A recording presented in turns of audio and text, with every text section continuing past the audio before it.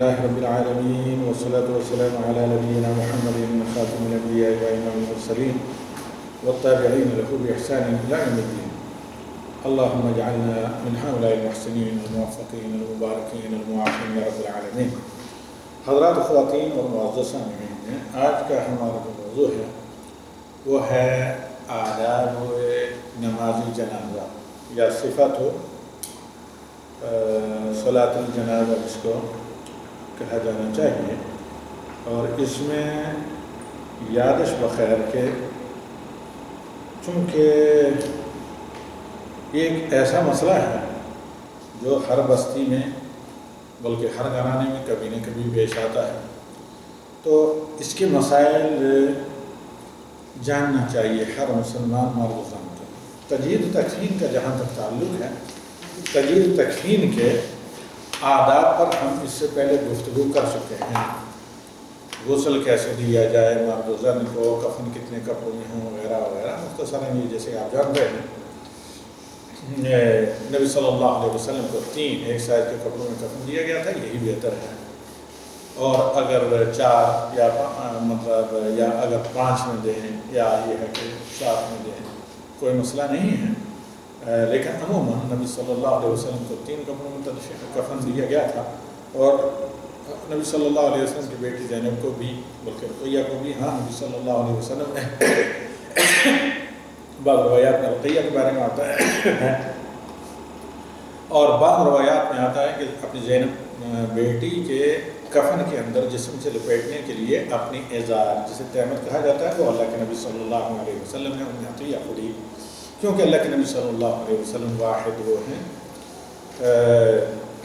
شخصیت جن کا تبرک یا جن کے آثار وغیرہ کا کپڑے ہوں ان چیزوں کا تبرک مشروع ہے، صحابہ سے ثابت ہے اور اس پر عمل رہا ہے۔ نبی صلی اللہ علیہ وسلم کے بعد افضل ترین ہستیاں خلفائے راشدین تھے، اسی ترتیب کے اعتبار سے جس ترتیب سے انہیں خلافت اللہ تعالیٰ نے عطا کی، لیکن کسی سے بھی یہ ثابت نہیں ہے کہ صحابہ نے ان کا برکت کے لیے کوئی کپڑا یا کوئی چیز لی ہو، جس کو کہتے ہیں تبرک یا سوغات کے طور پر وصول کرنا۔ یہ درس کے آغاز سے پہلے صرف موضوع کی وضاحت کے لیے ہم نے بات آپ کی خدمت میں عرض کی، ورنہ جنازہ کے آداب پر تفصیل گفتگو کر چکا ہوں۔ ویم گائیڈ نامی جو ہمارے سلسلہ دروس یوٹیوب پر اس میں یہ تفصیل کے ساتھ موجود ہے۔ اب اللہ تعالیٰ ہمیں اور آپ کو نفع بخش علم عافیت کے ساتھ عطا کرے اور عمل کی توفیق بھی دے۔ تو پہلے میں نے عرض کیا تھا آج کا موضوع کیا ہے؟ آداب صلاۃ جنازہ۔ تو جہاں تک ان آداب صلاۃ جنازہ کا تعلق ہے تو اس موضوع پر اگرچہ پہلے بہت پہلے ایک ویڈیو میں تفصیل گفتگو کر چکا ہوں، آڈیو تو بہت سے ہیں، لیکن پھر اس موضوع کی ضرورت پڑی، لہذا مختصراً اس موضوع کو ہم آپ کے سامنے بیان کرتے ہیں۔ سب سے پہلی بات کہ جب جنازہ تیار ہو کر، تجہیز کس کو کہتے ہیں؟ جنازہ کو غسل دے کر تیار کرنا۔ تکفین کسے کہتے ہیں؟ جی، کفن میں لپیٹنا۔ تدفین کسے کہتے ہیں؟ یہ 3 مصطلحات ہیں جو علیحدہ علیحدہ۔ تدفین کسے کہتے ہیں؟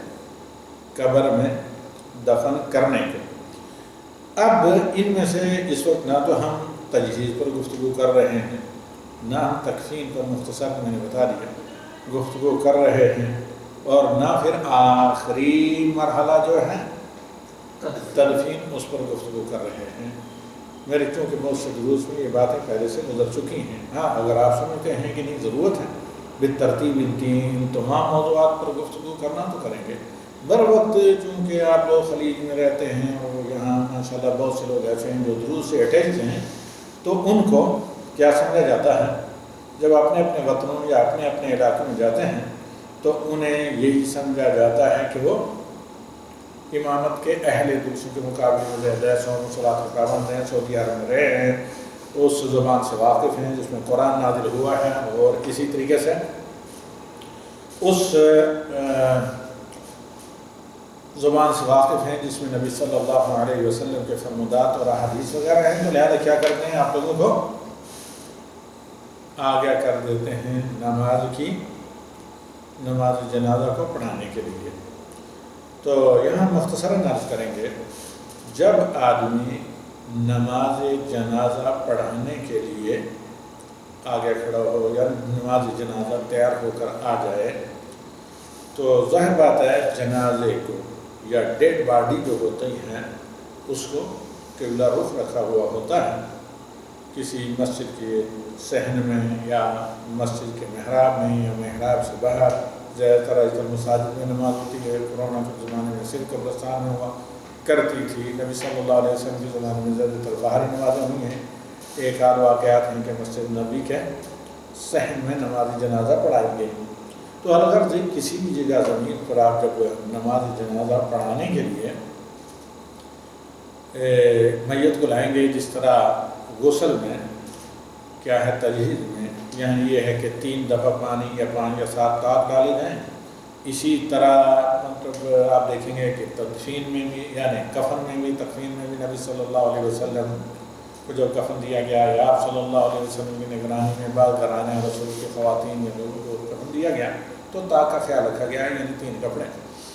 تو اسی طرح جب کیا صفیں ہوں تو بہترین ہے کہ وہ تاک صفیں ہوں، کیونکہ اس عدد کو نبی صلی اللہ علیہ وسلم پسند کیا کرتے تھے، یعنی سنت ہے، ورنہ کوئی مسئلہ نہیں۔ تو اب جب میت کو سامنے لا کر کھڑا کیا جائے تو آپ کو پتہ ہے کہ نماز جنازہ میں رکوع و سجود نہیں ہے، تو اسی وجہ سے بعض فقہا نے عام نماز کے جو ارکان ہیں ان میں اور نماز جنازہ کے جو ارکان ہیں ان میں اختلاف کیا ہے۔ جیسے فاتحہ پڑھنے کا مسئلہ ہے، احناف کے یہاں فاتحہ نہیں پڑھے جاتے ہیں، لیکن کہتے ہیں پڑھ سکتے ہیں بطور دعا، بطور تلاوت نہیں۔ لیکن جو عموماً جمہور اہل علم کے ہیں جو ثابت ہیں اور سلف اور خلف سے، وہ یہ کہ نماز جنازہ ایک نماز ہے، اس میں جب امام صاحب نے کھڑا ہوگا تو عورت کی میت ہے تو کہاں کھڑا ہوگا؟ جی درمیان میں، سینے کے پاس، اور مرد کی میت ہے تو سر کے پاس۔ مرد کی میت اگر آپ غور کریں قیاس کریں تو اس کے بالکل برعکس۔ تو اس لیے دین رائے قیاس پر نہیں ہوتا، بلکہ دین کس کا نام ہے؟ اتباع کا، نبوی اتباع کا، کہ نبی صلی اللہ علیہ وسلم نے ایک چیز سنت چھوڑی ہے تو اسی کے مطابق آپ کام کریں۔ فرض کر لیتے ہیں آپ کے سامنے جنازہ جو ہے وہ مرد کا ہے تو مرد کے سر کے پاس یہ سنت ہے، اگر تھوڑا آگے سے بھی ہو جائے تو کوئی مسئلہ نہیں، نماز جنازہ ہو جائے گی، غائب کی بھی ہو جاتی ہے۔ تو اب مرد کے سر کے پاس آپ کھڑے ہوئے، عورت ہے تو سینے کے بعد درمیان میں کھڑے ہوں گے، اور کھڑے ہونے کے بعد پہلی تکبیر، اور تمام تکبیروں کے ساتھ سنت ہے کہ ہاتھ اٹھائے جائیں۔ موقوفاً یہ روایت حضرت انس یعنی بہت سے اہل علم سے، بعض صحابہ سے صحیح سند کے ساتھ ثابت ہے، مرفوعاً صحیح سند سے ثابت نہیں، اور یہ ان مسائل میں سے ہیں کہ کوئی بھی صحابی اپنی طرف سے نہیں کہے گا جب تک کہ نبی صلی اللہ علیہ وسلم سے نہ سنا۔ تو تکبیر تحریمہ جو کہی جاتی ہے، پہلی تکبیر کہنے کے بعد کیا پڑھا جائے گا؟ دعائے استفتاح ثنا، جیسے عام نمازوں میں پڑھی جاتی ہے۔ اس کے بعد سورہ فاتحہ، اور پھر یا تو اس سورہ فاتحہ پر اکتفا کیا جائے، باقی نمازوں میں بھی رکن سورہ فاتحہ ہے، باقی جو ضمن سورت ہے وہ سنت ہے صرف، اور سورہ فاتحہ کے ساتھ ضمن سورہ ملائیں، دوسری صورت ملا کر پڑھیں، یا سورہ فاتحہ کے بعد دوسری صرف سورہ فاتحہ ولا الضالین آمین پر دوسری تکبیر کہہ لیں، تو دوسری تکبیر کے بعد کیا کریں؟ درود ابراہیم پڑھیں، اللہم صلی علی محمد وعلی آل محمد کما صلیت علی ابراہیم آخر تک۔ پھر تیسری تکبیر کے بعد میت کے لیے دعا کریں۔ کئی دعائیں ثابت ہیں، جیسے اللہم اغفر لہ ورحمہ وعافیہ واکرم نزلہ آخر تک، یہ بہترین دعا ہے۔ جب یہ پڑھی گئی تھی نبی صلی اللہ علیہ وسلم کی زبانی ایک جنازے میں، تو بہت سے صحابہ نے تمنا کی کہ کاش کے یہ جنازہ ہمارا ہوتا ہے اور نبی صلی اللہ علیہ وسلم کی یہ جو دعا ہے جنت کے لیے اور جہنم سے نجات کے لیے یہ ہمارے لیے کی جاتی ہے. اللہم اغفر لہ ورحمہ وعافیہ. یا یہ ہے کہ اللہم اغفر لحینا ومیتنا وشاہدنا وغائبنا. اور اگر چھوٹا بچہ ہے تو اس کے لیے اس چیز کا اضافہ کیا جاتا ہے کیا اللہم اجعل لنا سلفا وفرتا ذخرا واجعلہ لنا شافعا وشفعا وغیرہ. اور عموماً میت کی طرف چونکہ ضمیر لوٹتی ہے تو ضمیر عام اللہ اغفر لہ تذکیر کی ہو کوئی حرج نہیں. لیکن آپ جانتے ہیں سعودیات میں یہاں رائج ہے کہا جاتا ہے عورت کا جنازہ یا مرد کا جنازہ یا کئی مردوں اور عورت کا جنازہ تاکہ پیچھے عرب ہوتے ہیں انہیں پتہ ہے ضمائر کا مطلب کیا ہوتا ہے تانیث کے لیے کون سی ضمیر تذکیر کے لیے. تو یہ ضروری نہیں ہے کیونکہ اصل وہاں پر مراد میت ہوتا ہے لفظ میت مذکر ہے. تو اب جب آپ کو نماز جنازہ پڑھنا ہو تو آپ مرد و زن کے لیے علیحدہ ضمائر کا استعمال کر سکتے ہیں. مرد کا جنازہ ہے جیسے یہاں پر حرمین میں جب جنازہ ہوتا ہے تو کہا جاتا ہے. مرد کی جب نماز جنازہ ہے تو کیا پڑھا جاتا ہے اللہم اغفر لہ ورحمہ وعافیہ.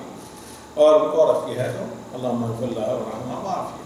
اور اگر ایسا نہ بھی فرق کریں صرف تذکیر کی ضمیر استعمال کریں اللہم اغفر لہ ورحمہ تو کوئی حرج نہیں کیونکہ اصل مرجع کیا ہوتا ہے لفظ میت اور میت عورت کا ہو یا مرد کا دونوں کے لیے مذکر کی ضمیر کفایت کر جاتی ہے. تو یہ تیسری تکبیر کے بعد. پھر چوتھی تکبیر دعاؤں کے بعد جب کہی جائے تو ایک طرف دائیں طرف سلام پھیر لیا جائے گا. یہی بعض روایات سے ثابت ہے جس طرح بعض ائمہ جنہیں احمد بن حنبل رحمہ اللہ لگے اگر دونوں طرف سلام پھیرا جائے عام نمازوں کی طرح جس طرح عام نمازوں پر قیاس کر کے فاتحہ پڑھی جاتی ہے تو کوئی حرج نہیں.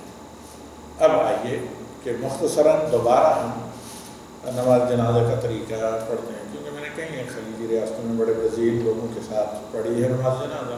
کچھ زمانے پہلے میں جب کئی ہفتے کویت میں تھا تو سبقات میں جو سب سے بڑی جامعہ فرائض فی اور اسی طریقے سے دو ہیں غالباً ناج اسی طرح مشہور دو فیملی ہیں. ان دو فیملی نے مل کر ایک مسجد بنائی ہے جس میں نماز جنازہ وغیرہ بھی ناجم اور خرافی غالباً پڑھی جاتی ہے. تو اس میں چونکہ پہلے صاحب کا وزیر اوقاف بھی رہے ہیں ڈاکٹر نائف اعجمی اور بڑے ذہین متواضع آدمی بھی ہیں. تو ایک دن وہ جب بھی نماز جنازہ کے کھڑے ہوتے ہیں بتاتے ہیں کہ بھئی کس طرح میں پڑھاؤں گا نماز جنازہ. ایک دن پہلے دن انہوں نے عصر کی نماز میں یہ ہفتے کا دن تھا نماز جنازہ پڑھائیں تو کہا کہ بھئی دعا استفتاح کے پہلی تکبیر کے بعد دعا استفتاح سورہ فاتحہ اور کوئی بھی ضمن سورہ. پھر اس کے بعد دوسری تکبیر کے بعد درود ابراہیم اللہم صلی علی محمد وعلی آل محمد. تیسری تکبیر کے بعد میت کے لیے دعا اور پھر چوتھی تکبیر کہنے کے بعد سلام. سب تکبیروں کے ساتھ ہاتھ اٹھائے جائیں گے یہی سنت ہے. اگر نہ ہاتھ اٹھائیں صرف تکبیر کہیں تو کافی ہے.